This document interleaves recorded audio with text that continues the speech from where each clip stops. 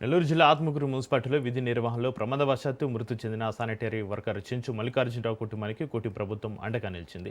ఆత్మకూరులోని ఆర్ఎండ్బి అతిథి గృహంలో నిర్వహించిన కార్యక్రమంలో మంత్రి ఆనం రామనారాయణ రెడ్డి మృతుని కుటుంబానికి ఆర్థిక సాయం అందజేశారు. మున్సిపాలిటీ జనరల్ ఫండ్స్ నుంచి 5 లక్షల చెక్ను మల్లికార్జునరావు భార్యకు అందజేశారు. విధి నిర్వహణలో మృతి చెందిన పారిశుద్ధ కార్మికుడి కుటుంబానికి దాదాపు 70 లక్షల మేర ఆర్థిక భరోసా కల్పిస్తున్నామని తెలిపారు. మృతుడి కుటుంబానికి ప్రభుత్వం ఎల్లప్పుడూ అండగా ఉంటుందని మంత్రి ఆనం నారాయణ రెడ్డి స్పష్టం చేశారు.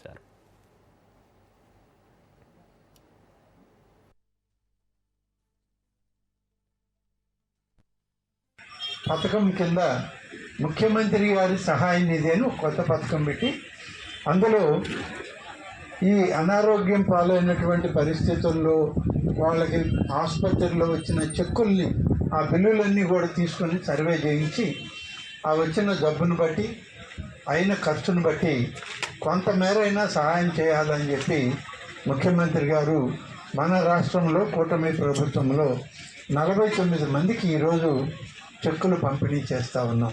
దాదాపు ఆత్మకూరు మున్సిపాలిటీ తోటి 6 మండలాల్లో వచ్చిన పేద మధ్యతరగతి కుటుంబాల వాళ్ళకి ఈ 49 మందికి ఇవాళ పంపిణీ చేసిన చెక్కుల విలువ 44,89,115 రూపాయలు.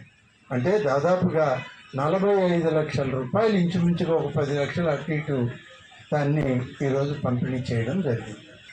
పథకం కింద ముఖ్యమంత్రి గారి సహాయ నిధి అని ఒక కొత్త పథకం పెట్టి అందులో ఈ అనారోగ్యం పాలైనటువంటి పరిస్థితి